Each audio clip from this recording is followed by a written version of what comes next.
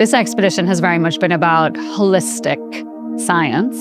And so we have tried to do very systematic scientific exploration. So we started on the continental shelf and went on to the continental slope. We then journeyed on to the Barbados accretionary prism, the largest accretionary prism in the world. And then we headed out into the abyssal plain. And then we went out into the high seas to again explore the abyssal plain out there to try to look at the connectivity between those places. Then we finished it all off with mesophotic reefs off of the northeast of Tobago. This is really about all of these places, understanding what lives in all these places, how all these different places work, and so that we can then begin to steward it more effectively in the future.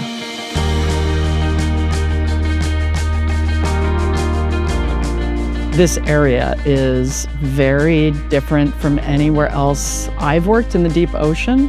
Here, most of the places that we are working are part of what's called an accretionary prism, which means that, in some of the places that we're diving, there is literally 10 kilometers of sediment between us and the ocean crust.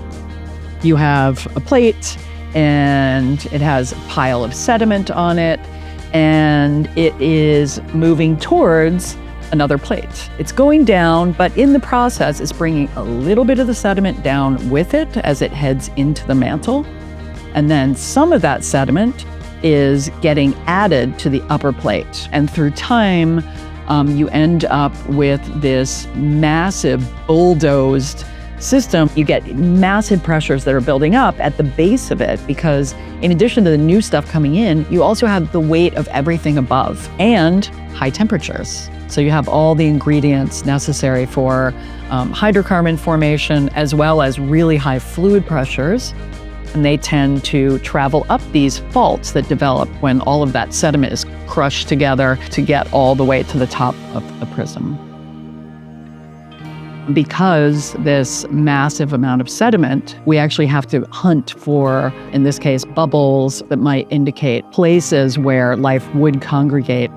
We have gotten eyes on it. So we have seen habitats, ecosystems. So we have seen species that we did not know existed in Trinidad and Tobago's waters. So many new records for the country, but also new species that have never been seen anywhere else in the world.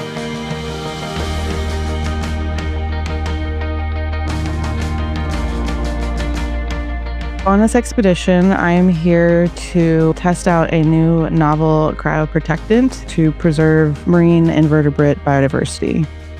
Cryoprotectant is a type of media that gets added to cells or tissues of an organism for freezing down to like -80 to -196 degrees Celsius. It's actually being tested at -20 degrees Celsius. This would be huge because it's going to be a lot cheaper for people to be able to preserve biodiversity worldwide, and you should be able to then take that material out of cryopreservation to bring it back to life.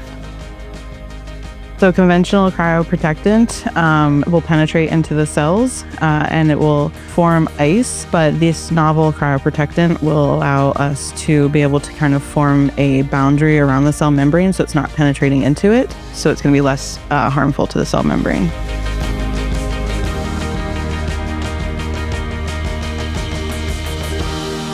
Yes, we found new ecosystems, new species, new behaviors.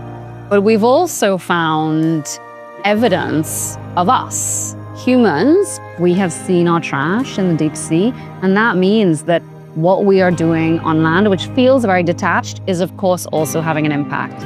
Yes, this is about the science, but it is also about the awareness building and creating that connection between Trinbagonians, between Caribbean people, between people anywhere in the world with the deep sea.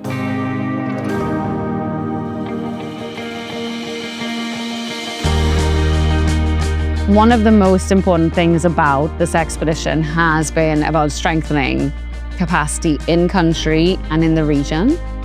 And we have done that by having a primarily Caribbean team of scientists and a team that is at least half students and early career researchers.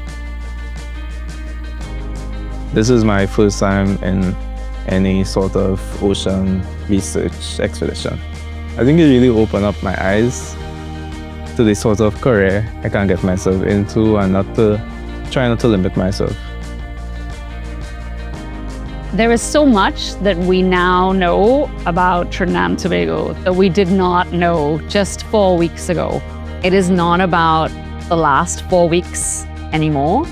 This is about everything that is yet to come. And I really hope this is a pivotal moment for Trinidad and Tobago and the entire Caribbean in how we know, understand, and value this enormous part of our region in the future.